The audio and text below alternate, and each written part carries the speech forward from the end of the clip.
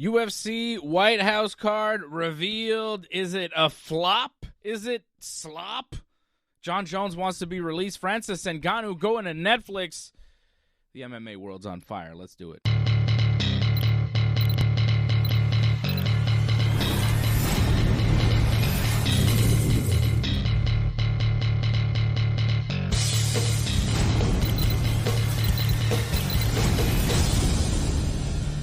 Let's go!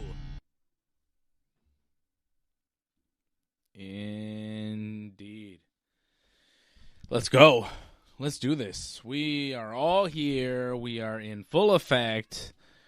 We are ready to go. What's up, Mio Simon? What's up, Mio Fred Garcia? Mio? Mio. Miai. Miai? What's up, bud? Been a long time, man. Yeah. It feels like it's been forever. Pretty much. Like my old relationship. Huh? Freddie shaking his head. He knows. He knows, man. Terrible. It's like Halloween without the candy. Okay. So you're ready for Halloween, obviously. You're looking. What are you talking about, man? St. Patrick's Day coming up, guys. Aha. Get into the spirit. You had a green hat, Dave. Why did you take it off? I don't know. It's hot. Hey, Angelo's back. What's up, Angelo? What's up, Angelo? Freddie is here. AJ is here. We are all here, and we got a lot going on. The MMA world, like I said, it's on fire. There's a lot happening in mixed martial arts. A lot of controversy. A lot of confusion. First of all, Max Holloway got totally handled by Charles Oliveira last Saturday. Totally handled. Round 1 to 5, completely dominated. Charles Oliveira wrestled the hell out of Max Holloway. Did it feel like a BMF fight? No. Now, pointless title. Yes. What? 100%, which we've been saying forever. It's not a real championship. It's not real. Yeah, but it's for the fans, guys. That's all that counts. If it's for the fans, what was that fight on Saturday night? And this is, one of the problems that the UFC is having. They are having a real disconnect with their fans. And that tonight is the theme of the show. The UFC's disconnect with their fans, with their fan base, over-promising, under-delivering. And that seems to be the theme of the UFC in 2026. Over-promising, under-delivering. Max Holloway, Charles Oliveira, BMF title, main event. Hey, guys, it's not a real championship. It's not really determining a number one contender for anything, but it's a big fight, and Max Holloway, all his fights are really exciting. Charles Oliveira, he comes to fight. He is exciting. And then what do we get? We got Charles Oliveira doing his best Khamzat Chimaev impression over Dricus du Plessis. First couple rounds, Charles was looking for some submissions. He was coming close. He got that rear naked choke almost locked in the first round. That was exciting. Max Holloway staring at the camera, going like, ooh, survived that one. I was like, okay, round 2, here we go. Holloway's going to be standing again. We're going to stand and bang. This is going to be a BMF title fight. Stand and bang. Just bleed. Give me some violence. Oh, nice. Did I get violence? What? Did we get violence? Violence is coming. We got no violence. But it was a good fight, man. It was not a good fight. It was Charles Oliveira for 3 rounds. on top of Max Holloway. The final 3 rounds, he's doing nothing. He's doing no damage. Did you see their faces after 25 minutes of martial arts combat? Not a scratch on him. Not a scratch. Why are you so hard on Chucky, man? Because Chucky didn't bring what the BMF title is supposed to be. But the BMF title has no point of existing. That's my point. Like, I'm not gonna blame Chucky for what he did, man. He won his fight. I'm gonna blame the whole like hype around this fake title, trying to make it. They're trying to create main events with this fake title. And I'm sorry, like Max Holloway versus Charles Oliveira is a great fight, but it's not a main event of a pay-per-view or a numbered event. Call them whatever you want. Like, pay-per-view here in Canada, Fred. People are still paying $70 for these things, even though the first hour was given away on CBS. So people in Canada are expected to pay $70 for a 2-hour show with like 3 fights on it. Who's buying that? Who's buying that? Trudeau's fault. It's Trudeau, man. I told you. I mean, you can't blame Trudeau anymore, AJ. That's ridiculous. It's insane. At this point, it's crazy to blame Trudeau. Model's been dead for a long time. People in Canada are watching in other ways. There you have it. Yes, they are. Like, okay, so let me just go on this for a second. Like, right now, it's UFC BJJ 6, and it's on YouTube free. But for whatever reason, in Canada, it's not free. I have to go through a VPN to watch it on YouTube. I think I could get it on Fight Pass. And I'm not sure. Maybe it's some type of Sportsnet issue or whatever. But right now, UFC BJJ, I can't watch it on YouTube. I need to go through a VPN. Good job, UFC. It's not even on Fight Pass? You can't even watch it on Fight Pass. I'm not sure. I didn't try Fight Pass. I'm like, YouTube. It should be simple, man. What are we paying for Fight Pass anymore for? I'm going to cancel my Fight Pass. There's jack shit on Fight Pass. Wait. No, it's wait. Oh, I got it. Pass. It's on Fight Pass. It's on Fight Pass. Yeah. But in the U.S., it's on YouTube for free.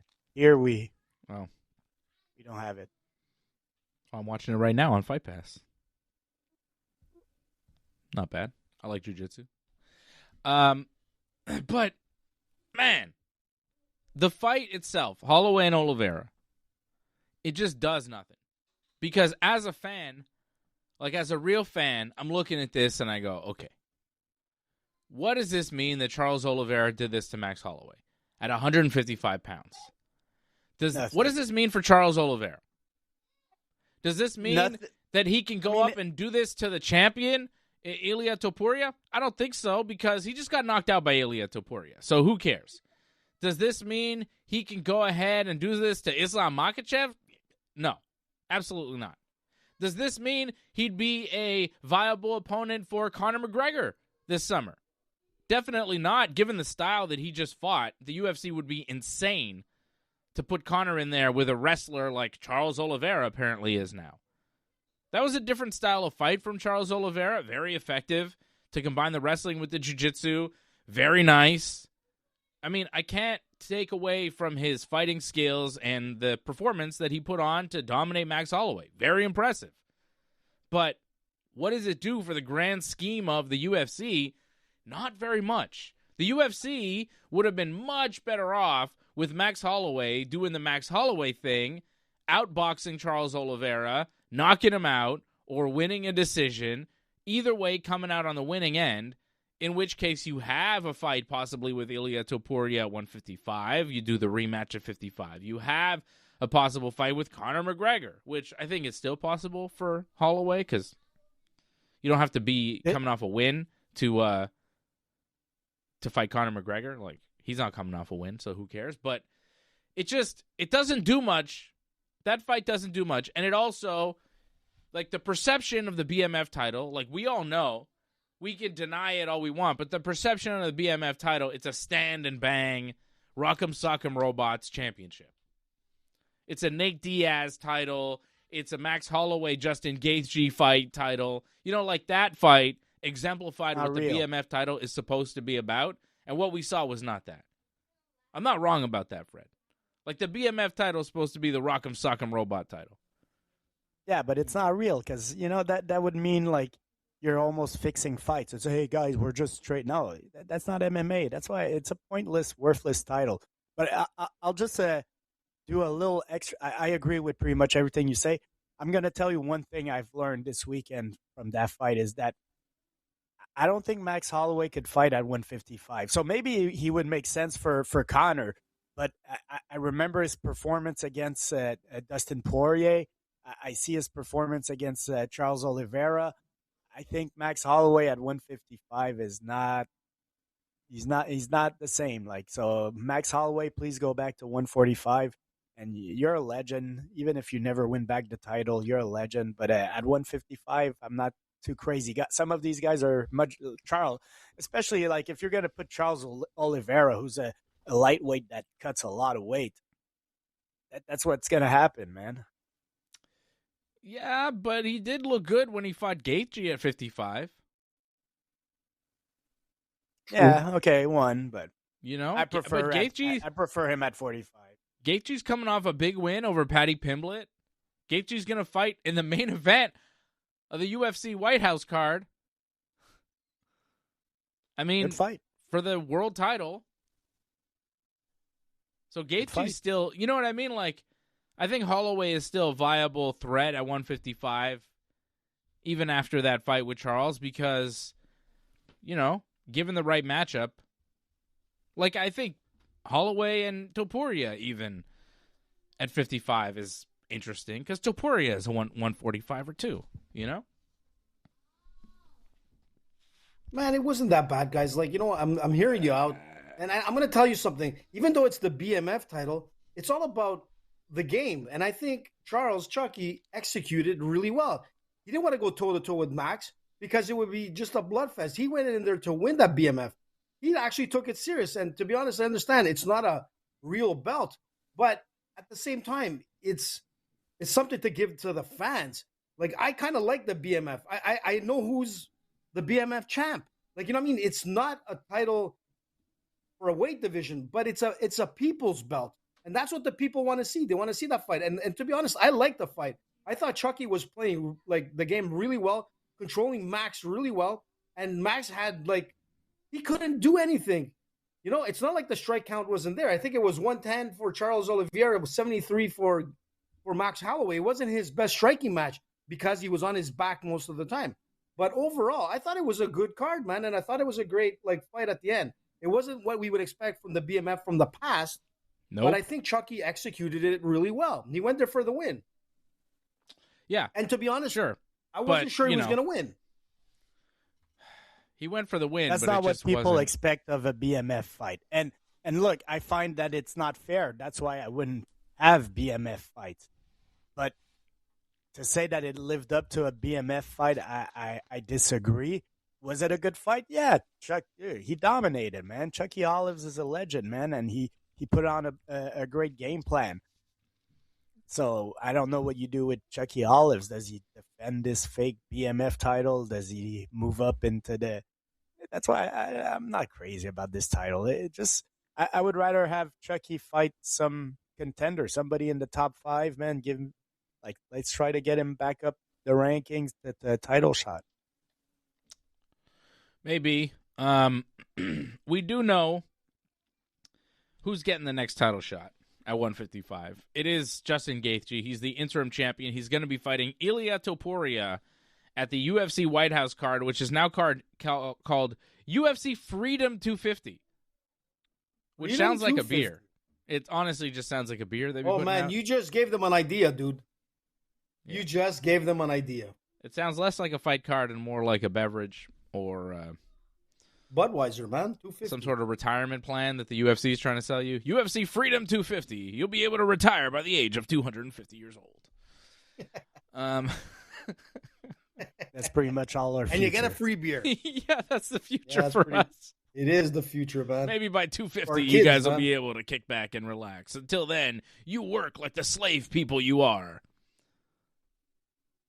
We are slave people. Kind of like Jon Jones right now. Yeah. You got to keep fighting, boy. You got to keep fighting. He's in an upper echelon. He's doing all right. Jon Jones. I mean, there's so much with this UFC White House card and the fallout of the UFC White House card. There's been a lot of fallout. You know, there's been a lot of anger. There's been a lot of disappointment. The UFC was promising us, once again, promise, under-deliver. Okay? They were promising us 6 or 7 title fights. They were promising us that? Who promised Dana and the President of America. I think it was mostly Donald Trump. I don't Dana think Dana confirmed really. it. Dana said it was For true. real? Yes. We talked about it. Dana said it was going to happen. Trump said it, and Dana was like, yes. 6 or 7 title fights. They also said this would be like the greatest card ever. And people were excited. They were throwing out names. Conor McGregor, Jon Jones, Nate Diaz, Ronda Rousey, Francis Ngannou. None of those names are on that card, obviously. We know this now. I never threw Ronda's name out there, but well, what I'm saying, people, Fred, people were throwing names out there. People said Jon Jones. We talked about Jon Jones. We definitely talked about Jon Jones and Conor McGregor, 2 of the biggest stars in the history of the sport, and they are not fighting on the card. Not only are they not fighting on the card, Jon Jones will never fight in the UFC again, which we also found out this week because Dana White says he's too beat up and hurt, and he's just not he's not physically fit enough to fight. Which, as we know, is a lie from Dana White. Dana White lied to us again this week because that's what he does in his role as promoter of the UFC. So what they gave us for the UFC White House card, in case you've been living under a rock, they gave us Ilia Topuria versus Justin Gaethje for the undisputed UFC lightweight title, which is a decent fight. Good fight. Decent fight. Decent. Great it's fight. A good fight. Oh, still not the fight that we're looking for at 155 here, boys. I don't know what you're looking for, but this is still not the fight. What's the fight you want at 155? Sarukian. No, man. He's busy grappling and doing wrestling. Yeah, I'm he's keeping I'm not busy sure what's because, his deal. Like, how come he gets to do all these things out of the UFC? I don't know. I don't think he asks permission. He just does it. He doesn't care, man. Yeah. But and then he get into a fight at the wrestling thing? Like, we've been waiting all year. He's the number 1 contender. Yeah, he got into a fight with that guy. Yeah. The YouTube guy. He's been the number 1 contender. We knew Justin Gaethje was going to get this title fight, but still, it's like, I'm not hyped about it. But that's the thing. Like the Sarukian argument was a decent argument for when who did Justin beat for the title? Patty. Okay, so there was an argument for Sarukian getting that fight instead of Patty or instead of Gaethje. Yeah. But now that Gaethje wins the title and that Topuria comes back, that's the logical fight to make. Yeah, but it's still not the fight that'll determine who's number 1. I mean, right now it's the champion and the interim champion, so it makes sense. But the interim champion isn't number 2. The interim champion isn't really the number 1 contender. I don't disagree, but I'm not gonna be mad about it. Like I say, if you the complaint would have been, we're the still complaint should waiting have been for the fight. We got we're living in the past right now. Like the complaint should have been done when Gaethje and Pimblett were fighting. Now that I did complain. That's done, I did. Okay, so now we got to move on. Are you on man. the show, Fred? Are you with me every week? But now Where we got are to you? move on. We got to enjoy this great fight between Gaethje and Topuria. And it's going to be a good one, man. It's going to be exciting. Leading up to that fight is going to be insane. I think I'm correct to express disappointment in this fight card, guys. I don't know. You guys are like UFC apologists over here. I don't know what's happening. I like it. I like it. Dana give you a paycheck this week, Fred? What's going on? $250, baby. I mean, I think they're doing the best bucks they to can, Fred. man. Like you're mentioning Ronda Rousey, man. Weed. I did some research this week, man. Like, okay, so Gina Carano, man, she retired in 2009. Okay, Yeah, her last fight. No, that's garbage fight. Okay, So you remember Derek Jeter, the great Yankee? Yes. Yes. He was How still can I playing forget? 5 years after Gina Carano's last fight. He was playing up to 2014. You remember Kobe Bryant, the guy that's dead, like for many years? You remember Kobe Bryant? Well, his last game was in 2016, the same year as Ronda Rousey's last fight. So, I mean, look, I agree. Ronda Rousey versus Gina Carano is a cute fight, especially with Gina. She has she has assets, a lot of makeup. She has assets. She's got assets, big time. Good God Almighty, assets. Yeah, my God. But, you see those shadowboxing videos in slow motion for Gina Carano? Good God Almighty, pal. Oh, but this is not like I fully understand why the UFC wouldn't really be in the Ronda Rousey, Gina Carano market right now. Like it's not a fight for them. It's not now, real. Where I will probably agree with you is Jon Jones. Jon Jones should have been on that fight card. But Jon Jones, yes. But Conor McGregor is so unreliable, man. Why put I don't care about Conor not being there. But Jon Jones, Jones, it should have been Jon Jones versus Cyril Gane. But Cyril Gane versus Alex Pereira is a great fight. It should have been Jon Jones. You mean Jon Jones versus Alex Pereira. Sorry. Yeah, exactly. Because Jon Jones, Cyril Gane, we've done before. We know how that works. Yeah, we're good on that. Yeah, but instead, we're getting... Okay, let me just run down the card so we all know, okay? Ilia Topuria, Justin Gaethje is their main event. Alex Pereira moving up to heavyweight. He's relinquished the light heavyweight championship now. Another guy, which really sucks. Another guy dropping the belt basically as soon as he wins it to move up to a weight division above and try to win a fight there. It's just happening so much now. So Cyril Gane and Alex Pereira fighting for the new interim heavyweight championship. Tom Aspinall still technically the heavyweight champion, even though he's signed with Eddie Hearn Management. Eddie Hearn, rival boxing promoter. Is anybody watching Zuffa Boxing here in this room? Because I'm not. I don't give a shit. All right. Sean O'Malley is going to be fighting Montreal's own Amin Zahabi in the third main event on this White House card, which is kind of nuts. Like, I'm happy for Amin. That's a huge fight for him. I love it for Amin. But you see, that should have been maybe a Peter Yan fight. But, hey, great for Amin. Or, not Murat, but Peter Yan for the belt. Peter versus O'Malley. Like, that would have been the time to use the excuse of, hey, O'Malley gets the title shot. It's the White House card. We need an American. And you could maybe get an American win, get a win. Because I'm looking at this card, and I'm not seeing a lot of Americans winning. Sean O'Malley, Amin Zahabi, Mauricio Hufi from Brazil taking on Michael Chandler from America. That was a good Conor McGregor-Michael Chandler spot right there, but they're not doing the Conor McGregor fight, even though Conor McGregor keeps saying, I'm taking every fight they ask me to take. They say this guy, I say yes, send the contract. They say this guy, I say yes, send the contract. I'm waiting for a fight. They won't send me a fight. They don't want to put me on the White House card. They're saying maybe International Fight Week. Conor McGregor is in the gym training, begging for a fight, and the UFC won't give it to him. That tells you a lot about what the UFC is doing. Dave, we also have Dave. Hold on. Bo Nickel versus Dawkins. Diego Lopes versus Garcia. I can't even place these guys. Kyle Dawkins and Steve Garcia? I don't even know. The guy from The Office. He looks great, man. He's a good fighter, I don't know. Look, there's a lot of no-name fights on this card, man. There's a lot of, halfway stars on this card. Like, Sean O'Malley is a star. Amin Zahabi is maybe a star in Canada. He's not like an international UFC star. When he knocks out Sean O'Malley at the White House, he's going to be a star. But right now, this isn't like a mega star fight. But I do think Amin is going to beat the shit out of Sean O'Malley, and it's going to be tremendous.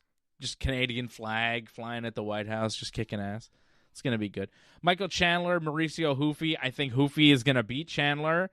I think Pereira, Cyril Gane, whatever. It's a Brazilian and a Frenchman. Who cares there? Ilia Topuria is going to knock Justin Gaethje out cold. The only American fighting for a championship is going to be knocked unconscious by a Spaniard on the White House lawn on America's celebration. Bo Nickel, Kyle Dawkins, you're guaranteed an American winner there because they're both American, so who cares? and Diego Lopes and Steve Garcia. Steve Garcia, he's from New Mexico, but his name's Garcia. He may get deported. You never know. Diego Lopes is... Come on, man. Us Garcias, we're American at heart. I always say. Yeah, well, Fred, don't go to America. They might mistake you and send you to Guantanamo Bay. N'oubliez pas, vous êtes Québécois, Freddie. Don't forget. Pledge allegiance to the Oh, my flag. God. Don't. Diego Lopes is from Brazil, but fights out of Mexico, so he's in danger of deportation. He's fighting on that card. He's probably going to win, too. I think he beats Steve Garcia. I think a lot of... When it's America versus another guy from another country, I think America is going to lose every time, or pretty much every time, which is not a great look for the UFC. They, they put together this card. It's okay for like a pay-per-view. It's pretty good. You got Topuria and Pereira on the same card. That's pretty good. But the UFC... You got Sean O'Malley. Come on, Dave. Yeah, there's some good for names. sure. You got Chandler. You got like Bo Nickel. It's you know what I mean? okay. It's going to be exciting. It's okay. But listen, hear me out for one thing. Promising...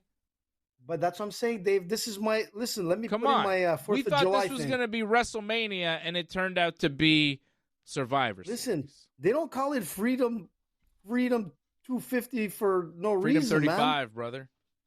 Freedom 250 is going to deliver. You know why? Because I think they're keeping the cat in the box on this one. And I really believe the closer we get to the fight, I think they've announced or they know who's going to be there. And I really think Conor is going to pop out of there, man. I think Conor is going to be on that fight card. I think we're going to be surprised. They're going to go – you can't just have an average fight card. People are saying the same thing. Everybody's saying we need to have a bigger card. There's something missing. And that missing is Conor McGregor. And I'm telling you, it's going to happen, dude. I'm telling you, they don't call it Freedom 250 for no reason. This is all about the Conor show. And you can't get a bigger Conor show than Donald Trump, Dana White, and Conor all sitting down at a table talking. I'm telling you. Well, that's not going to happen. That's just silly talk. I'm telling you. That's okay. It's going to happen, dude. It's going to happen. You want to bet? Listen, man, I predicted a lot of things, and they came out right. How much you want to bet? What do you want to bet? He's not fighting on the White House card. If he was fighting on the White House card, they would have announced Speak to me. What date is that? They're going to keep White House card. It's June 14th. Lots of time, Dave. Oh, 3 Lots months. of time. Mm-hmm. It would have to be announced in the next month, probably. But it's That's not exactly happening. what's going to happen. No, telling you. they're talking about Conor for International Fight Week in July. Nah. Okay, don't believe me. I do believe you. We'll find out. But I have a feeling that there's this has to be big. You know, you got to go home, go big or go home, as they say. And I really believe, like, everybody's saying the same thing, man. This is a White House card, once in a lifetime thing. Never going to happen again with no other president. This is going to be big. And I really think that they're keeping like that Jack in the Box and it's going to be Conor popping out. I'm telling you, man, there's going to be a big surprise. Okay. Well, I hope you're right. I think you're wrong, but, that's par for the course. I hope you're right, though, AJ. That'd be great. Not going to happen. Wake up, Conor. Yeah. Man, wouldn't it be amazing if it did happen? Like, honestly, it would go wild, man.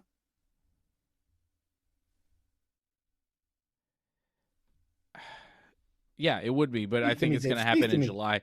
Anyways, so Jon Jones was supposed to fight Alex Pereira on this card. It was going to be the main event. It didn't happen. They were also trying to get Islam Makhachev, apparently, to fight Ilia Topuria, but they couldn't get that done. So instead, we get this card, which is, fine. It's fine, but I don't think it got anybody really excited. I don't think you saw this card and you went, oh, sick. I think you saw this card. Like, I saw it Saturday night and I went, oh, okay. Oh, Dave, man, you got Topuria coming back. You got Alex Pereira, man. It's like, what more, if we go through, like, like Jon Jones would have been cool. But let's be honest, Jon Jones is pretty much retired. Ronda Rousey, I don't care. Conor McGregor, as I say, he's unreliable right now. And he's not even like, he's not important, man. He's been inactive for so long. So those are freak show fights. Like if they would have put Conor versus Nick Diaz, yeah, it would have sold it. It would have been fun, but it's not an important fight. I feel with the current roster, they did a pretty good job. Like maybe Islam versus Topuria would have been better, but then again, I'm not sure I want to see Topuria go all the way up to 170. So with the current roster, I feel they did a decent job. The undercard could have been better. Like that, I'll agree with you. Like some of these undercard fights are, not too sure who's about the main? Who's the main on the undercard? I'm not sure of the fight order. What do you mean the main on the undercard? I think it's just one long card. That's what I'm telling you, man. I think there's going to be No, I think it's just one chunk. That's what I'm saying. There's still going to be this is a circus card, man, and the circus hasn't finished yet. I thought something crazy could have happened with Ngannou being out there. You got Jon Jones, and man, you bring Ngannou and Jon Jones back at it again. That would have been a circus fight, I think the biggest winner out of all this, you hear me, is MVP, man, and Jake and Logan Paul, man. These guys, yes, are a legitimate threat to the UFC. These guys are the real winners out of this. I think you're right, because after this UFC card, there was a lot of discontent. And I want to start first with Jon Jones, and then I'm going to go with some quotes from Ronda Rousey, okay? Jon Jones, Dana White came out and said, Jon Jones, he's got arthritis in his hip. He can't run. We were never talking to Jon Jones seriously about making this fight. It was never the case. We were never going to do this. Jon Jones wasn't in the conversation, and his hip is busted, and he'll never fight again, and he's done. Jon Jones, by the way, who's got 6 fights left on his UFC contract, who is now stuck with the UFC. Stuck. And again, I keep telling all MMA fans, when you watch your favorite fighters and you think that they're on their way out, do not tell them to retire. Tell the UFC to release them. Because they don't want to retire with fights left on their contract, because then they are stuck to the UFC forever. They want to do a grappling match. They got to ask Uncle Dana. They want to do a boxing match. They got to ask Uncle Dana. When George St. Pierre was offered to fight Oscar De La Hoya, the UFC said no. He was retired, but couldn't do it. I have seen this story play out time and time again. This is not anything new. When I saw it play out with George St. Pierre, the greatest of all time, I knew if they could do this to GSP, the fact that they did that to GSP, that they locked him up, that they barred him, that they kept him under contract. GSP was the best guy they could ever have. He brought the sport forward. He was a company man. He was a gentleman. He won all his fights. He sold pay-per-views. You look great. But he didn't defend, and that's the problem. Well, he defended quite a bit. But not enough for Uncle Dana. Not enough for the UFC. They always wanted more. They wanted to bleed you dry. He needed to take some time off. Couldn't get it. They wanted to bleed him dry. And then, when they couldn't bleed him anymore, they decided to keep him under contract forever and block any opportunity that he had to do anything outside of Zuffa and the UFC. The invasion is coming. Yeah, I got invaded. Like Johnny said. Look how cute she is. Get rid of. Oh my God, pure invasion. Dave, hand over the rain, man. I might have to. Oh my God. Tell her she wants to see Conor. Tell her she wants to see Conor. Hang on back. A second. I got to do something. I'll be back. I got to lift a little monkey. Get over here.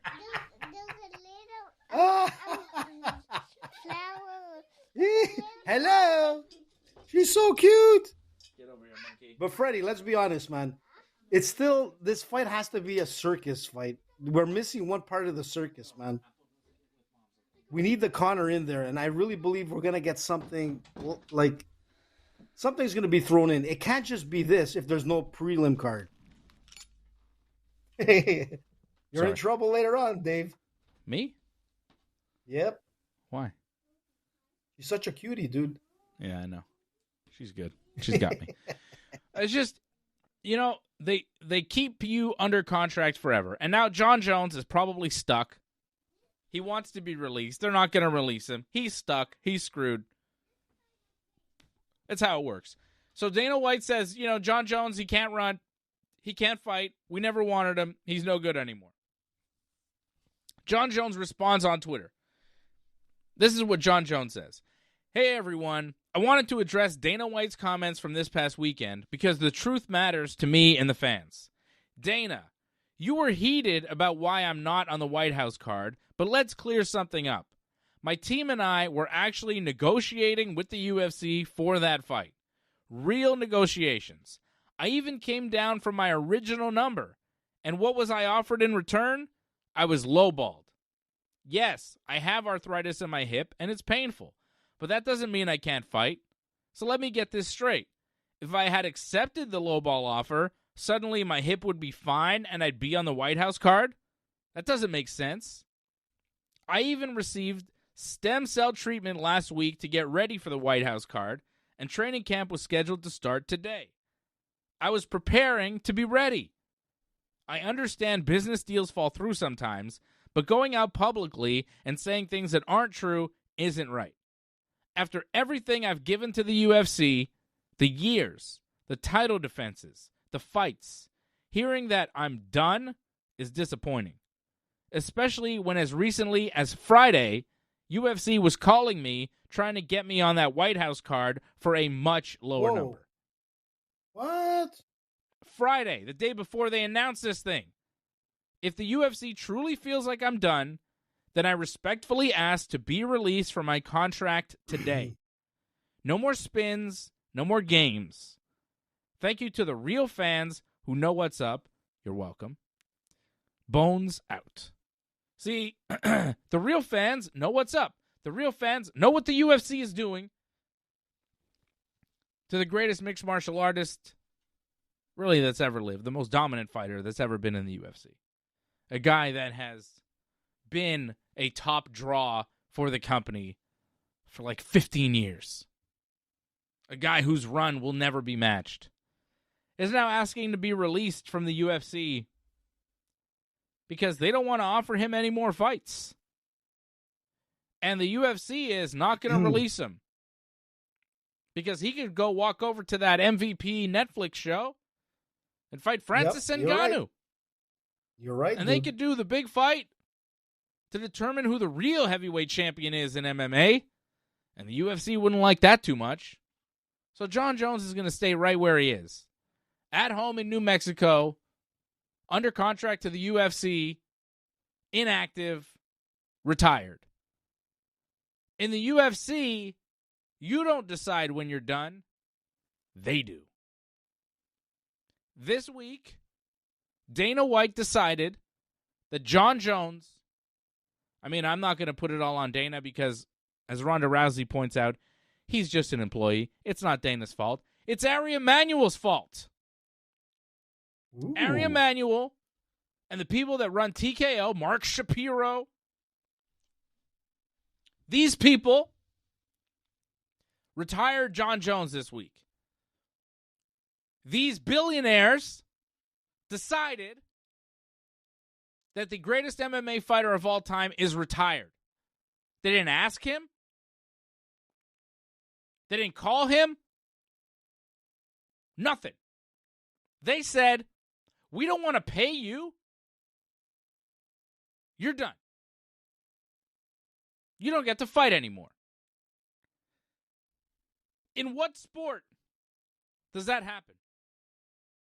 In what other form of entertainment does that happen? It's disgusting. The fact that they could do this to people like George St. Pierre and Jon Jones should upset and disgust every MMA fan. If you watch the UFC, if you actually like these fighters like you claim to do, if you care in any way about the athletes, you should be pretty pissed. I'm pretty pissed. The fact that they continue to do this is gross. Now, did Jon Jones have to sign an 8-fight contract like 3 years ago? No. But that's the thing. Why do they need to negotiate the number right now? They need to start signing one-fight deals only. If you're worth anything in the UFC, you sign a one-fight deal. But I mean, if he has like 6 fights on his contract right now, the number should be set already in stone. I think where the problem is probably because he used to get pay-per-view points, and now without the pay-per-view points, they got to renegotiate. But it comes. I don't know how much they would offer him and things like that. Look, well, I agree. Jon Jones. Here's the report, Fred. I'll tell you numbers, just so you're clear on like the numbers. The report was, I think Ariel Helwani reported the number was Jones was initially offered to fight Aspinall was $30 million. And he said yes, and then he said no. And then things happened and whatever. Aspinall fought Gane. Then Jones for this fight was offered less, like 20 to 25. Or I think it was, it might have been even less than that. I think it was maybe in the like 15 million range, which is what that guy Conor Ben got, the boxer, to come sign for one fight with Zuffa Boxing, which has upset a lot of the UFC fighters. A lot of the UFC fighters go, wait a second, Zuffa Boxing really only exists because of the UFC. We are UFC fighters. We are the ones making this company what it is. Why are we not getting paid anywhere near what this boxing guy is getting paid off our blood, sweat, and tears? If the MMA fighters grew this brand, if you built this company, and then they make this other company, and they're signing this other guy for way more money to do the same job, you go, what the hell is that? So a lot of the UFC fighters are going, what the hell is that? So the Conor Ben thing, Zuffa Boxing has really screwed up the game for the UFC. Because now all their fighters go, whoa, 15 million, that's my minimum. And Jon Jones, he's worth way more than Conor Ben. Who the hell is Conor Ben? So for the UFC to be like, yo, you're going to get 15 mil. Jon Jones would go, actually, I think I'm worth 100. Because Conor Ben is worth 15, so I'm worth 115. I'm Jon Jones. I'm the greatest of all time. You want me to fight on the White House card? It's 115 million. You're getting Jon Jones for a steal at 30 million. That is a lowball offer even still, and he's willing to take it. Yeah, you're right. You're right. He's worth 100 million more than Conor Ben for a fight. Conor Ben? Who? We're talking about Johnny Bones Jones. We're talking about Conor McGregor. Don't you think Conor McGregor's going to look at that Conor Ben number and go, you're fucking kidding. It's true. Come You're on. absolutely right. How much do you think Conor McGregor's worth? If Conor Ben is worth 15 mil, how much is Conor McGregor worth? 15 bill? You know? Like, it's crazy. DJ says it right, man. He's right. You know, if it continues at this rate and it ends up like boxing, you know, what saved boxing? Jake Paul? Mike Tyson coming back? You know, fighters need to stop signing long-term contracts with the UFC. That's step one. They got to stop doing it. If you're worth anything, if you're Sean O'Malley, if you're on this White House card in the first 3 fights, you got to not sign a long-term contract with them. Next time contract negotiations come around, you sign a short-term deal. And if you're afraid, if you're worried, look at Francis Ngannou. He made it work. He got to do 2 big boxing matches. He made a ton of money. He signed a PFL contract. That was weird. He only fought once for the PFL. That was weird. Then they released him for some reason. I don't know what went on with the PFL, but whatever. Francis made his money. Francis made his money. And now he's making more money in the co-main event of the Netflix MVP card, Ronda Rousey, Gina Carano.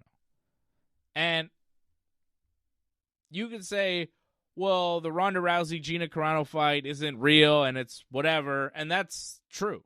It's not a great fight. It's not. It's not like, and really, it seems to be like no heat between Ronda and Gina. Seems like they're more friendly than anything. This almost feels like a work. Like, it doesn't feel real. Are they going to fight or are they just going to hug? Like, I don't understand. They seem so friendly and nice to each other. I don't know. Like, is Gina going to come in and try to hurt Ronda? Does she, like, I feel like Gina knows what she's in for. Like, Gina's not really training MMA. She knows what's going to happen. What's the weight that this fight's at, too? I have no idea. Like, I wonder. What are they, 145? 145. Is it 145? 145. But you see, my favorite thing you just Gina's said got was, 145 in them.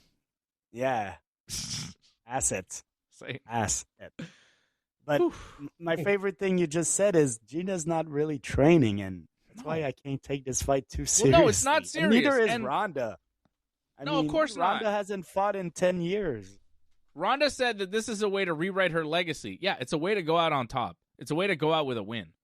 That's rewriting the legacy. And then she's going to end, and it's one and done for Ronda. She wants to come in, fight Gina, beat Gina, retire with a win, and be like, yeah, I'm a badass, ha, ha, ha, ha. And then everybody will see it, too. Do you blame the UFC for not going into that Ronda game? Hey, they wanted to. They were negotiating, but they were asking for too much money, apparently. The UFC doesn't want to pay. The UFC does not want to pay. I mean, I don't think Ronda was worth the investment. Jon Jones, yes, I agree.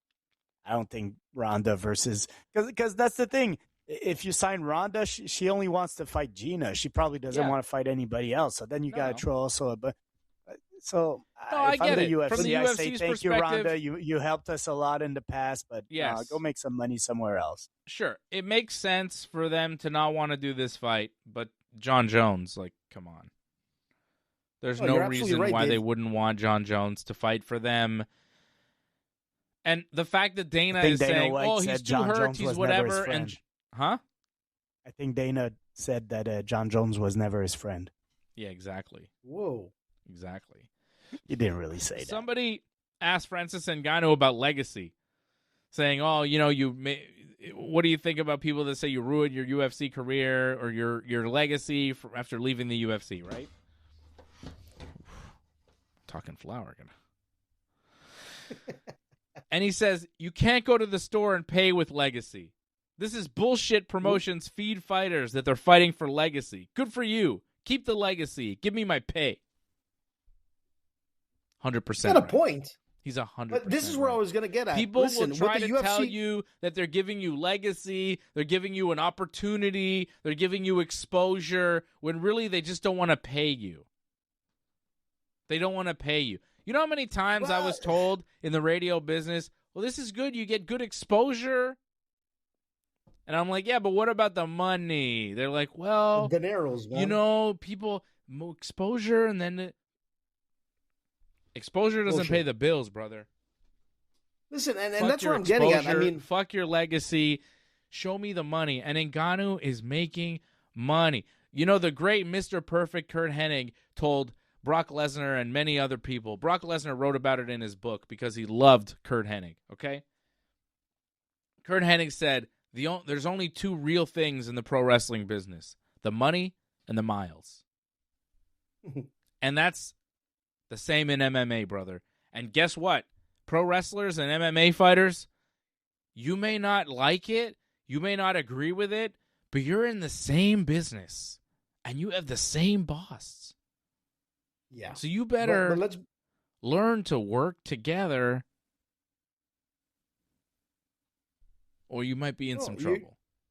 You got a point, because Dave, but hear me out. The only thing that's real is the money and the miles. The miles on the road, the miles on your body, and the money in your bank account. That's the only thing that's real. The titles, the legacy, the exposure, the main events, it's all bullshit. Because the next year, somebody else has it, and it's not you, and you're forgotten. But if you have the money, if you're comfortable, if you're, as GSP says, healthy and wealthy, you're doing all right. So Francis Ngannou, healthy and wealthy. George St. Pierre, healthy and wealthy. He went out on top.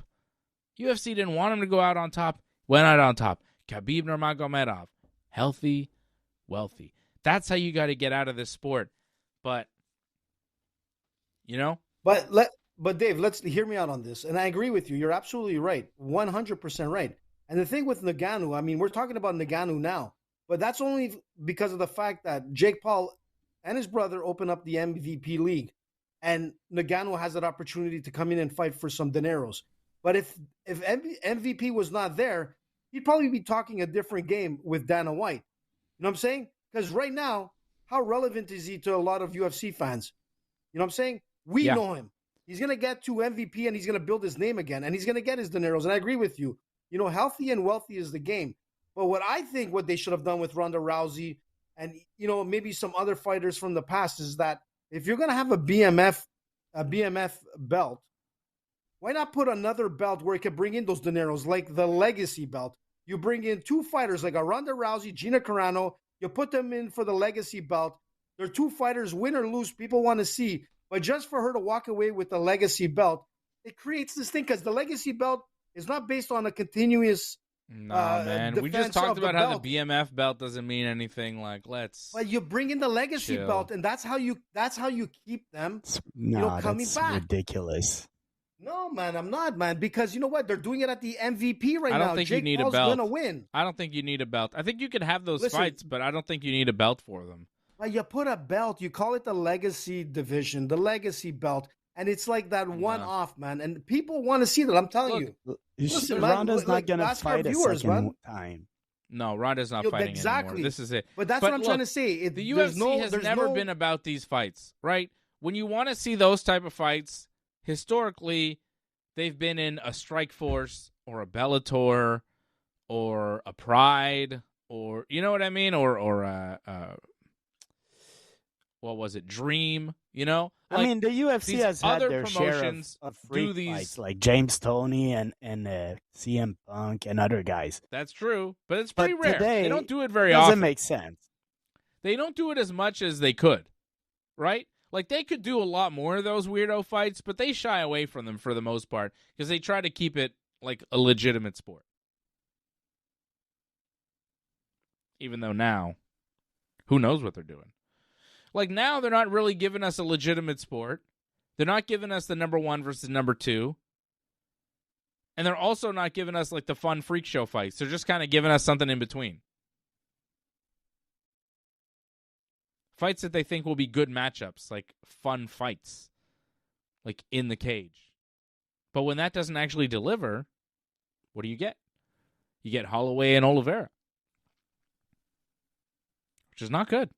Like, if you're not going to give us, like, the crazy superstars, if you're not going to give us the best versus the best, what are you really giving us? And that's where the UFC is right now. They're giving us nothing.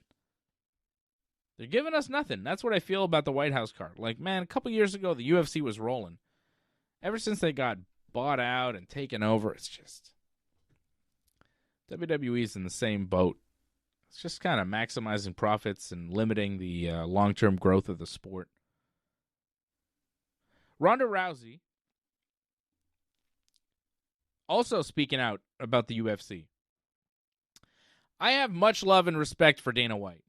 I wanted to bring this to him first, talking about the fight with Gina. I know I can do this on my own, but I'd rather do this for you than just for me. We're going to do it on New Year's Eve. It was going to be the last fight on the pay-per-view model, and I was so grateful. But Gina said she needed more time to get into the best shape possible and be the best version of herself, and that was fate and meant to be. Once the UFC moved into the streaming model, it's not about putting on the best fights possible anymore. Unfortunately now, they've taken the reins of the company away from him. It's barely recognizable now. They need to be saving themselves, and luckily I'm here to be their hero. So I just think one of those points is very relevant.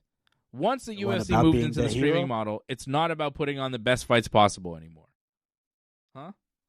It's not the one about being a hero? No, that one's weird. That's just Ronda bullshit. But like it's true. The UFC got their $7 billion from Paramount. They have no incentive to put on big fights. They get their money no matter what. They used to have a pay-per-view model where they needed to sell pay-per-views. So they had to pay fighters what they wanted to get them on pay-per-view so they could make money. That's how they made money off the broadcasting. But now they've made their money off their broadcasting. They're good. Now, like if you pay me $7 billion to do a show for the next 5 years, right? But you tell me now Fred and AJ, they want $15 million a year. But then I got some other guy who's willing to do it for $20,000 a year. Well, guess what? Fred and AJ may be the best guys possible to do this job. And I may like Fred and AJ better, and the fans may like Fred and AJ better, and fans may want to see Fred and AJ. But guess what? Man. But guess what? Yeah. Don't hurt us. Guess what, guys? It's still the Ringside Report Network. It's still Dave. We're still talking about MMA. Some faces have changed. They're newer faces. They're not bad faces. They're just not as good as Fred and AJ. But guess what? They're way cheaper, and I'm making all the money. That's not cool, Dave. That's not cool. Well, that's what I'm going to do. I'm going to do exactly what the UFC would do. So if we start making big money, guys, don't ask for a big salary increase because you're not getting it. I will replace you. No, you know what? I wouldn't because I want to put out the best possible product because I'm more focused on putting on the best possible product than making money, obviously. So I'm not like the UFC. I think me and AJ need to start right away doing what the UFC fighter maybe should do right now is start a union. So AJ, we'll talk about it after the show. Two-man union. That's going to be great. You and Johnny North. Johnny North can join. You can all go on strike. Exactly. We got to get my brother to turn against me and join that union, though. I think I got him on. He's going to be a scab. Yeah, but I think we only need like half of the crew, and we could set the union. That's like the rules. So, you're all fired. I'm putting you on lockout, man. We got like the Johnny, Major League Baseball owners. This is the last show. I need a salary cap. Last show of the year. But okay, so for years, I wasn't really a fan of maybe unionizing for the UFC, but maybe now is the time because the pay-per-view model is gone, so the incentive of winning, of selling fights is not really there. So maybe now it's time to find a way to get their fair share of the revenues. But I'm going to go back to what I always say. I think UFC fighters and WWE wrestlers should all unionize together. Union or no union, that'd be crazy. Fighters need to put the numbers out there. Be honest. Tell how much you make. Like that, if Justin Gaethje gets X amount, Ilya Topuria can say, hey, I deserve more. And if Ilya Topuria gets this amount, well, Conor McGregor would say, hey, I'm selling more pay-per-views. I should get this. But if everything is always kept in secret, man, that's not helpful to your cause. So I would tell the fighters, get the numbers out there. That's how you're going to increase it. Talk about it. Yep. I agree. Hey, do you see the UFC? They're sending fighters to train the FBI in combat. Yes, I saw that. A 2-week program. While at the same time, the FBI is supposedly investigating the UFC and fighters for fight fixing. No conflict there. It's all good. It's fine. Listen, man, you got to train the guys. Make them do capoeira. I mean, the FBI signed a contract. They're paying the UFC to train, to send fighters, to train their people while they're also investigating some fighters. Okay, sure, it's all fine, whatever. Ronda Rousey continued and says, what you said about Valentina? The world is so crazy, I can't even start. It used to be that the UFC was the best place that you could come in combat sports to make a living and be paid fairly, and now it's one of the worst places to go. It's why so many other top athletes are leaving to go and find pay elsewhere. These people, a lot of them at the ground level, they can't support their families. They're living poverty level fighting full time. This company just got $7.7 billion. They're There's no reason they can't afford to pay their athletes at least a living wage, and not even that, to at least be able to match what these athletes are making in other sports. Why would they expect to get the best athletes and the best inspiring kids that want to be something into MMA? Why not go into football? Why not go into boxing? Why not go into anything else? True. Not growing the sport. You're not growing the sport. True. She's exactly right. So they're bleeding talent because of their short-term greed. They're thinking about the next quarter. They're thinking about the shareholders. They're not thinking about their responsibility to be stewards of the future of the sport. And I agree with that 100%. And that's a disappointment. As a person that loves the sport and has seen the sport grow to where it is, I think growth needs to continue. Every sport is trying to grow the sport. No matter how big and popular a sport is, every sports league does things to help grow that sport. I am not seeing that from the UFC or the WWE, quite frankly. But every other sports league, they're trying to grow. They're trying to grow the game. Look at the World Baseball Classic, Major League Baseball, trying to grow the game, trying to get more people involved in baseball internationally. And it's working. This tournament has been fantastic. Canada. Italy. Italia. Unbelievable. Not in soccer, but in baseball. Dugout. What a team. Well, you got a point there, Dave. The UFC right. is not growing the sport. You're absolutely right. And you know what? If you look at hockey and you look at the Olympics and you look at the U.S. team that won the gold, I mean, you got to look at like the levels of players that they're developing at the high school levels, at the college levels. They're injecting money. They're growing the sport. They're making it accessible to a lot of kids. I mean, this is where we lost our track here in Canada. But you're right. You want a sport to grow, you got to make it, interesting enough to want to get into. Just like golf and baseball. I mean, the salaries are through the roof, but I mean, the NFL does games in Europe. You know what I mean? They're trying to grow their sport. NFL, as big as it is, they go international, trying to grow the sport everywhere. There's huge fans in Europe, like in Italy, in Ireland. To be fair, the UFC is going to Singapore, China, and a bunch of other places. But they did. But you're right, Fred. They did open up like a few facilities, like the UFC Apex. The UFC Performance Center out in China. They opened it up in Shanghai. They opened it up in a couple of other places in the world. So but this is how you grow the sport. Again, if you're a kid in any country and you're athletic and you're like a really good athlete and you're trying to make money in sports, MMA is not the best avenue. Like, she's right. Go into boxing because you're going to make way more money boxing. Well, you will, but like the thing is that, Conor McGregor came into the UFC, probably one of the biggest names in sports in the last, I'd say, 20 years. The biggest name in sports around the world. And you can't say that for any other sports. Not baseball, not hockey, not football. Around the world, Conor McGregor was known to the sports fan and the non-sports fan, which is actually sort of a detriment because he made so much money. So people think, that UFC fighters make a hell of a lot of money. But in reality, people forget that Conor McGregor's first fight in the UFC was $5,000. And he had bills through the roof. By the time he paid off everything, he had nothing. And, if it wasn't for his wife to push him to continue, we would have never seen Conor's status. And that's the problem with the UFC. They got it. You're right, Dave, 100%. You don't inject money, eventually the sport will die. Kind of like boxing got, I love boxing, but let me just give you one example from Conor McGregor's UFC career. You remember when he wins a fight early in his UFC career, but he's still in the major leagues of MMA, right? This is the top level of the sport. And he wins a fight, and he goes, Dana, 50 G's, baby! You remember that? 50 G's, baby? 50 G's, yeah.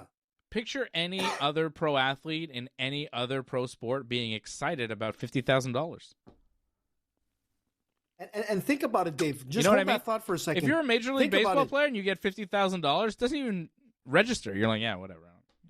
You're so, you know what I mean? Like, UFC fighters get $50,000 and go, oh, shit. NHL players get $50,000 and go, whatever, dude. It's like a night out. Yeah, it's like, okay, give it to charity. But the thing is that what year did he say that? What year? Well, it was a long time ago, but that's not the point. Say about 10 years ago, right? The very first UFC fight in 1990, what was it, 91? 93. Okay, 93. The very first UFC fight, UFC 1, the payout was $50K. Mm-hmm. $50K. So, like, there's something wrong here. You know, you go from 1993 to 2020, 2015, 2016. There's a problem here. Well, I'll tell you, speaking, I talked about the World Baseball Classic. The players, if they win, like if you win, each player, like if you're on the winning team, you get $50,000. They're not paid very much to play this tournament. But a lot of them play in the major leagues, so that, they're all right. Some of them don't. Is that bad?